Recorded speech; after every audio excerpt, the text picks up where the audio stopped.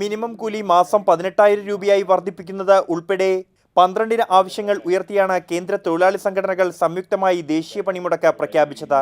CITU, AITUC, INTUC ഉൾപ്പെടെയുള്ള 10 കേന്ദ്ര trade യൂണിയനുകളാണ് പൊതുപണിമുടക്കിൽ പങ്കെടുക്കുന്നത്.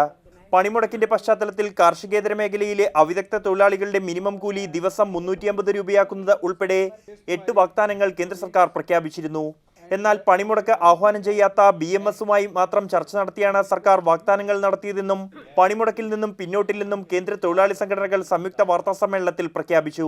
തീർച്ചയായും എല്ലാ വിഭാഗം തൊഴിലാളികൾ, ഫാക്ടറി തൊഴിലാളികൾ, അസംഘടിത മേഖലയിലെ തൊഴിലാളികൾ, കേന്ദ്ര സർക്കാർ ജീവനക്കാർ, സംസ്ഥാന ജീവനക്കാർ, ബാങ്കിംഗ്, ഇൻഷുറൻസ്, ഡിഫൻസ്, ഉൽപാദന മേഖല, ടെലികോം ഉൾപ്പെടെയുള്ള മേഖല, ബാങ്കിംഗ് മേഖലയിൽ റിസർവ് ബാങ്ക് ഉൾപ്പെടെ ഉള്ളവർ പണിമുടക്കുകയാണ്.